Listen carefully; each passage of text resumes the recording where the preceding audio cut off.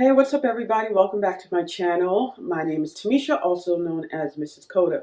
So today I want to bring you a quick video for pretty much on a topic that I feel like is super confusing for a lot of people. Maybe for you it's not, but I'm just going to give you the simplest breakdown that I hope that you will ever find on YouTube, as well as the best way of remembering your rotary cuff muscles.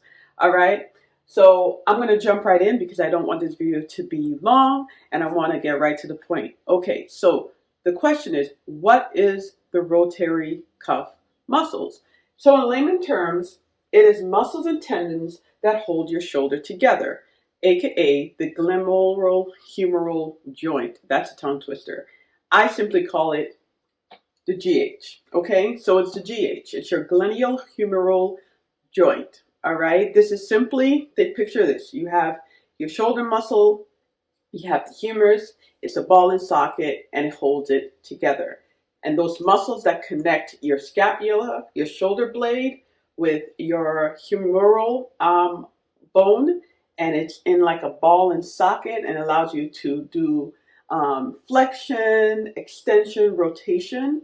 That right there, with those muscles and tendons, that is your GH joint, okay? So aka also known as your rotary cuff, okay? Now, before we jump into the technique, you need to understand when you have an injured rotary cuff, okay? You're going to look for signs as pain raising your shoulder. So that can be raising your shoulder in multiple directions. Every time you raise it, you're like, you feel pain. It can be a dull ache. There can be a popping sound, a clicking, even pain at rest. You might not be doing anything and your shoulder is just aching. Now that is most likely a sign that you have a tear or injury to your rotary cuff muscles. And it's best for you to go and schedule to see your doctor to get it looked at. Now, there are 4 muscles that make up your rotary cuff. The best way that I can get this into you guys' head is think of the word SITS. S-I-T-S, SITS. SITS, the first one here is Supraspinatus. So the first one here is supraspinatus, okay? Supraspinatus, what it simply does is abducts. So when I say abducts, that means moving away from the body, right? AB is away from the body. So I am going shoulder abduction, abduct, right? So this is where your supraspinatus is coming in. Supraspinatus, abducts. Now, all of these muscles stabilizes the glenohumeral joint.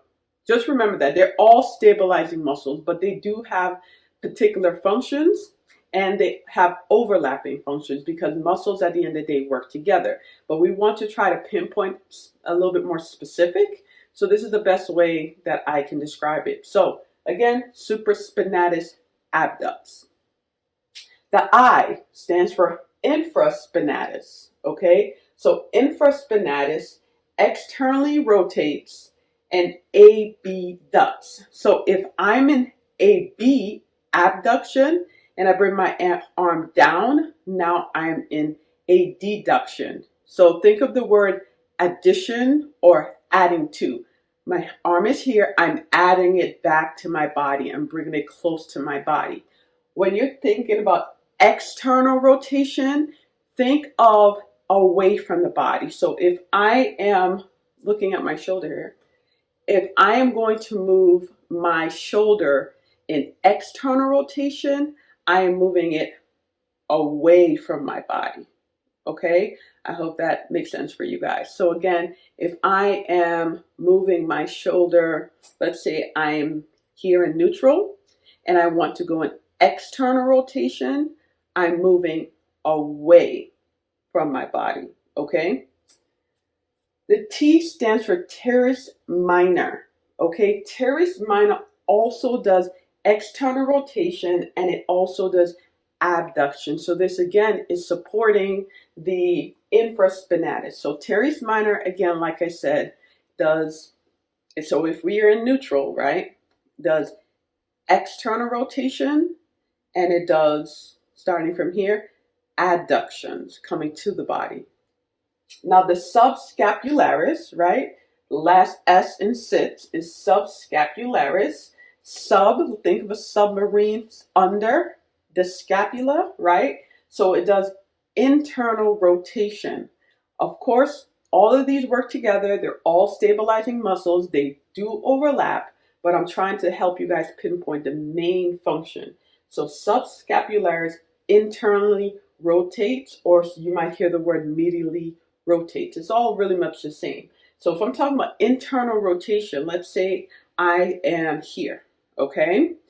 This is neutral. Let's say I'm here and I'm in external rotation. Internal rotation is now my arm is coming towards the body. So I'm internally rotating. If I am here and let's say this is my, this is actually neutral. So this is external.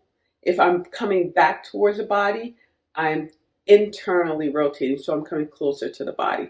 So I hope that this helped. Be sure to like, share, and subscribe. And don't forget, sits. All right? Bye, guys.